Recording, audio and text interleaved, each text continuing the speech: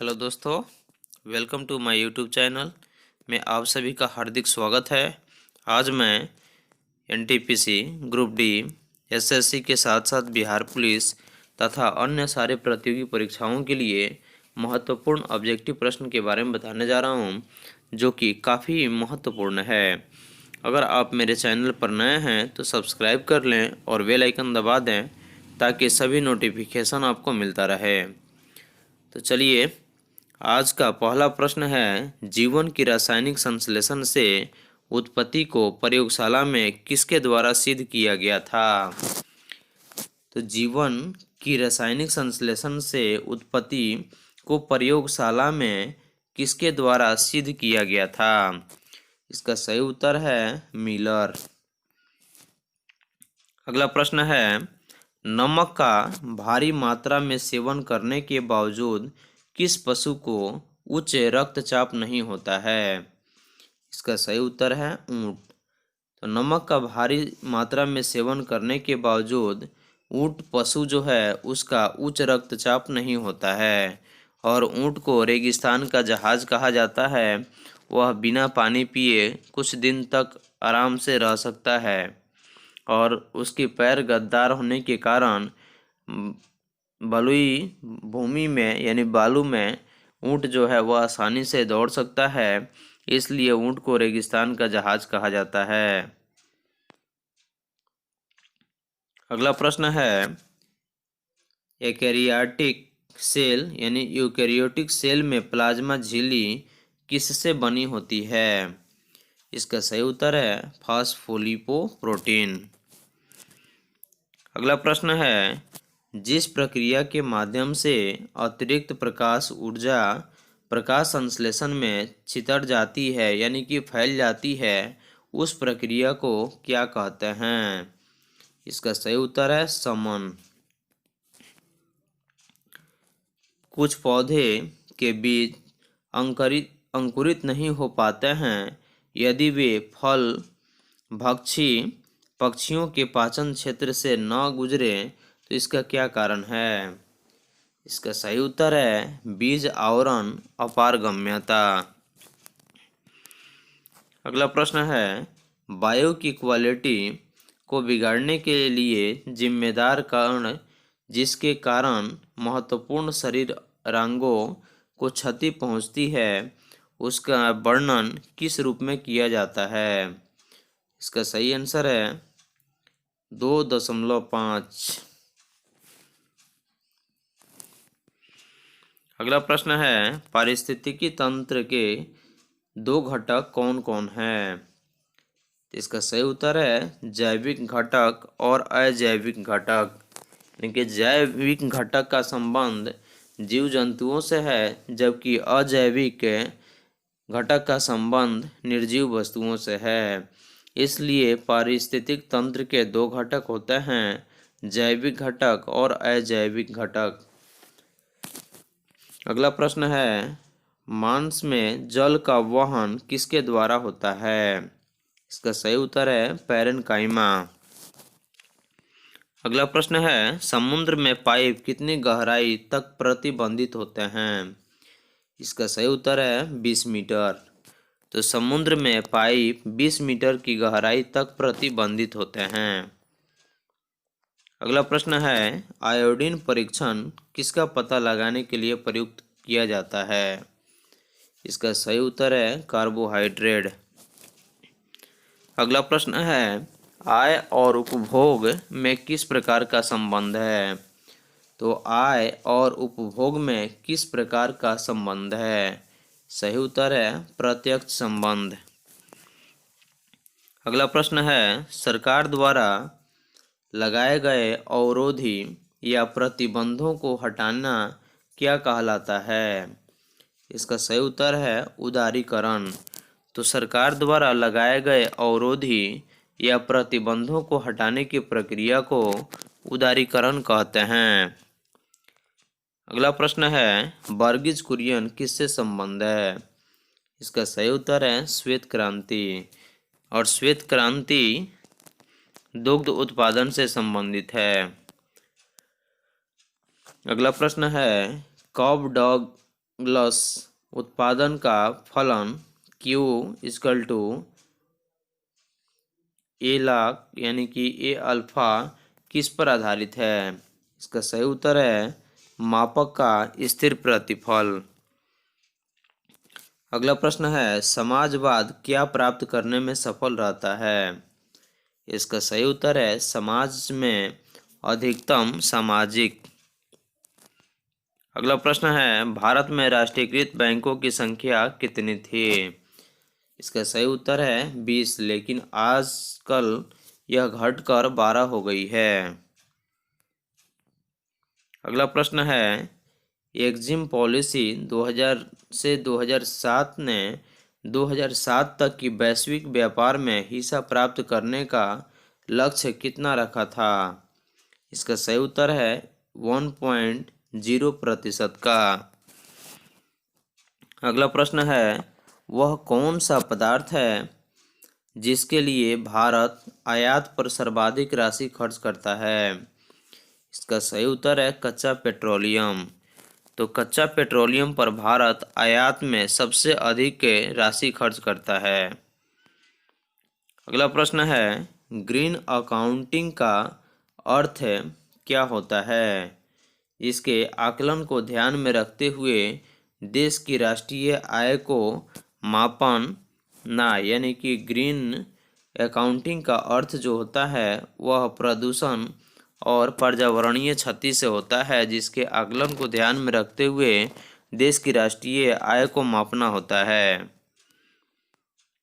अगला प्रश्न है महामंदी के परिणाम स्वरूप आर्थिक प्रतिलब्धि के लिए नई व्यवस्था की घोषणा किस अमेरिकी राष्ट्रपति ने की थी? इसका सही उत्तर है रूजवेल्ट। महामंदी के परिणाम स्वरूप आर्थिक प्रतिलब्धि के लिए नई व्यवस्था की घोषणा अमेरिकी राष्ट्रपति रूजवेल्ट ने किया था। अगला प्रश्न है पूर्ण प्रतियोगिता के अंतर्गत किसी फर्म का मांग वक्र कब होता है? इसका सही उत्तर है ओ एक्स अक्ष पर क्षैतिज जब हो तब पूर्ण प्रतियोगिता के अंतर्गत किसी फर्म की मांग वक्र होता है। अगला प्रश्न है मुद्रास्फीति की अवधि में सबसे अधिक फायदा किसका होता है? इसका सही उत्तर है उद्यमी का। अगला प्रश्न है भारतीय कृषि का विशिष्ट अभिलक्षण क्या है? तो भारतीय कृषि का विशिष्ट अभिलक्षण क्या है? इसका सही उत्तर है कम भूमि अधिक श्रमिक अर्थव्यवस्था है जो भारतीय कृषि की विशिष्ट अभिलक्षण है। अगला प्रश्न है कीमत विश्लेषण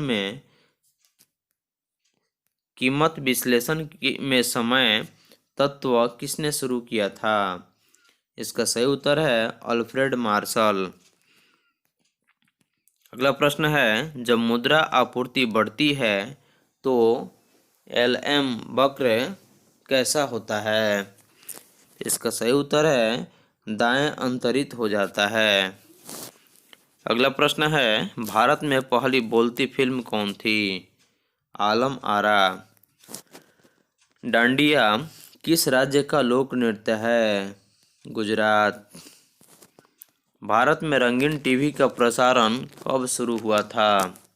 1982 में। तो भारत में रंगीन टीवी का प्रसारण सन 1982 में शुरू हुआ था। व्हाइट वेंट रॉन्ग पुस्तक के लेखक कौन हैं? इसके सही आंसर है किरण बेदी। अगला प्रश्न है राष्ट्रीय कृषि अनुसंधान प्रबंधन अकादमी कहाँ स्थित है? हैदराबाद में। राष्ट्रीय कृषि अनुसंधान प्रबंधन अकादमी जो है वह हैदराबाद में स्थित है, जो कि आंध्र प्रदेश की राजधानी है। अगला प्रश्न है कणिकाओं का अर्थ जो कर्पसल होता है के बिना रक्त में तरल अंश को क्या कहते हैं? इसका सही उत्तर है प्लाज्मा। स्तनपायी में सबसे बड़ी ग्रंथि कौन सी होती है? यकृत। तो स्तनपायी में सबसे बड़ी जो ग्रंथि होती है वह यकृत होती है। अगला प्रश्न है, श्वसन क्या है? अपचयी प्रक्रिया। तो श्वसन जो है वह एक प्रकार की एक अपचयी प्रक्रिया है। अगला प्रश्न है, उभयचर शब्द का क्या अर्थ है? दो जीव। अगला प्रश्न है, जैव आवर्धन का अर्थ किसमें निहित है? विषाक्त पदार्थ आवर्धित होते हैं। तो जैव आवर्धन का जो अर्थ होता है वह विषाक्त पदार्थों में आवर्धित होते हैं, यानी कि निहित होते हैं। एक सामान्य मानव कोशिका में गुणसूत्रों की संख्या कितनी होती है? सही उत्तर है 46। यानी कि एक सामान्य मानव शरीर की कोशिका में गुणसूत्रों की जो संख्या होती है वह 23 जोड़े होता है। वे क्रमादेश जो किसी चक्रिका को चक्रण में से यानी कि संक्रमण से बचाते हैं उन्हें क्या कहते हैं? प्रतिकारक। मनुष्य में परजीवी ग्रसन पैदा करने वाले कृमियों के अध्ययन को क्या कहते हैं? हेलमिन्थोलॉजी। तो मनुष्य में परजीवी ग्रसन पैदा करने वाले कृमियों के अध्ययन को हेलमिन्थोलॉजी कहते हैं। लेप्रोसी बेसिलस का आविष्कार किसने किया? हैंसेन। लेप्रोसी बेसिलस का आविष्कार जो हैंसेन ने किया था। कला और शिल्प में प्रयोग किए जाने वाले किस रसायन से एनीमिया और ल्यूकीमिया हो सकता है? इसका सही उत्तर है बेंजीन। पक्षी विज्ञान किसका अध्ययन है? पक्षी का, क्योंकि पक्षी विज्ञान के अंतर्गत सिर्फ पक्षियों के बारे में ही अध्ययन किया जाता है। ठंडे क्षेत्रों में रहने वाले जंतुओं का फर उनके किस काम आता है? इसका सही उत्तर है वायु को फंसाकर उन्हें गर्म रखता है। अगला प्रश्न है, न्यूक्लियस के बाहर डीएनए कहाँ मिलता है? माइटोकॉन्ड्रिया में। न्यूक्लियस के बाहर डीएनए जो है वह माइटोकॉन्ड्रिया में मिलता है। प्रकाश संश्लेषण प्रक्रिया में परिवर्तन किस में निहित होता है? इसका सही उत्तर है सौर ऊर्जा का रासायनिक ऊर्जा में। तो प्रकाश संश्लेषण प्रक्रिया में परिवर्तन जो होता है वह सौर ऊर्जा रासायनिक ऊर्जा में परिवर्तित हो जाता है। ईस्ट किसका महत्वपूर्ण स्रोत है? इनवर्टेस का। इसका सही उत्तर है इनवर्टेस का ईस्ट जो है एक महत्वपूर्ण स्रोत है। अगला प्रश्न है, PM 2.5 दर्शाने वाली वायु की गुणवत्ता अधिक खतरनाक कहाँ होती है? इसका सही उत्तर है वृद्ध पुरुषों और महिलाओं के लिए। अजैव निम्नीकरण अपशिष्ट से छुटकारा पाने का सर्वोत्तम हल क्या है? पुनः चक्रण।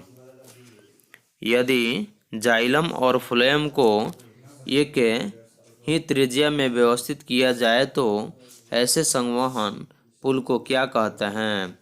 संयुक्त संवहन। वृक्ष संवर्धन किसका अध्ययन है? वृक्षों एवं वनस्पति की खेती का।